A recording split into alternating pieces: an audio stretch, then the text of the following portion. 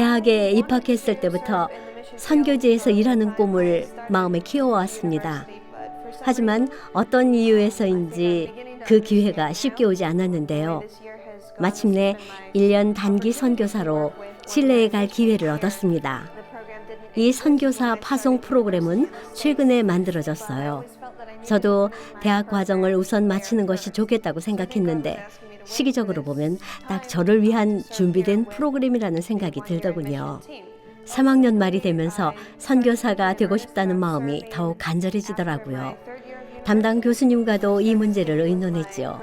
칠레 출신의 신학과 교수님의 조교로 일했었는데 교수님께서 이 프로그램을 소개해 주셨어요. 당시 파송 시기가 촉박해 추천자를 중심으로 선발했습니다. 저는 지원서를 제출한 뒤 1년 동안 이 일을 놓고 기도했습니다. 이곳에서 저는 여러 가지 일을 하고 있어요. 제가 맡은 주요 업무는 영어 교사이고요. 교회에서 청소년들을 지도하기도 합니다. 대회 직원들에게 영어를 가르치고 학생들과 학부모들을 위한 영어 강습을 담당하고 있습니다. 학교에 전임 교사가 있지만 보조 교사의 역할을 하고 있습니다. 또 개척 때도 지도하고 있고요. 도시 선교센터에서 지역 주민들을 위한 선교 활동 강습 프로그램을 운영합니다. 주로 영어 강의를 담당하고 있습니다. 저는 미국 메릴랜드주 출신인데요. 저희 아버지는 체서피크 합회의 목회자입니다. 이곳에서의 생활이 처음에는 많이 낯설었지만 이제 많이 적응해 가고 있습니다. 미국에 비해 칠레 사람들은 훨씬 개방적이고 정이 많은 편입니다. 하지만 현대화되고 세속화된 도시 지역이다 보니 여기 오기 전에 예상했던 중미의 선교지 분위기와는 거리가 있습니다. 처음 만난 사람들이 신앙에 대한 이야기에 바로 마음을 열어줄 것이라고 기대하기는 어렵습니다. 칠레의 인구는 도시 지역에 집중되어 있습니다. 선교는 간접적인 방식일 수밖에 없습니다.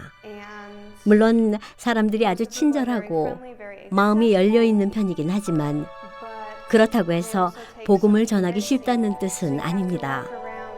그래서 대화를 나눌 때 복음의 내용을 받아들일 것인지 아니면 예의를 갖추느라 긍정의 표현을 하는지 유심히 관찰해야 합니다. 이 외에도 선교에 있어 문화적 차이를 고려해야 하는 경우들이 많을 것입니다.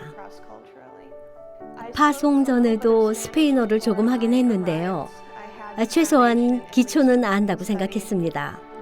그런데 스페인어를 모국어로 하는 국가에서의 현실 스페인어는 전혀 달랐습니다. 누구나 모국어를 말할 때에는 무의식적으로 문장을 만들어가며 말을 이어갑니다.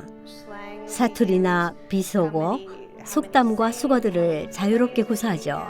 하지만 그 언어를 모국어로 사용하는 국가에 가면 자유로운 의사소통은 그림의 떡에 가깝습니다.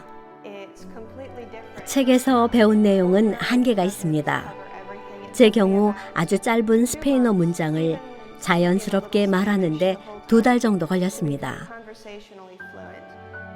현재는 즉흥적으로 문장을 구사하고 스페인어로 설교도 할 수 있지만 쉽진 않습니다. 꽤 오랜 시간 동안 주변에서 어떤 일이 일어나는지 명확하게 이해하지 못한 채 갈팡질팡 헤매는 시간을 보내게 됩니다. 다행히 칠레 분들이 참을성이 많습니다. 새로 배우는 제게 있어 정말 고마운 점이 아닐 수 없습니다. 제가 직접 실천한 방법이기도 하고요. 외국에서 선교 활동을 하는 분들께 추천하고 싶은 것은 사람들 앞에서 자신의 모국어로 말하지 않는 것입니다.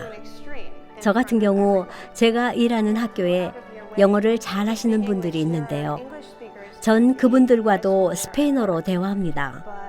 사람들과 친밀한 관계를 형성하는 데도 아주 중요한 방법으로 추천해 드립니다.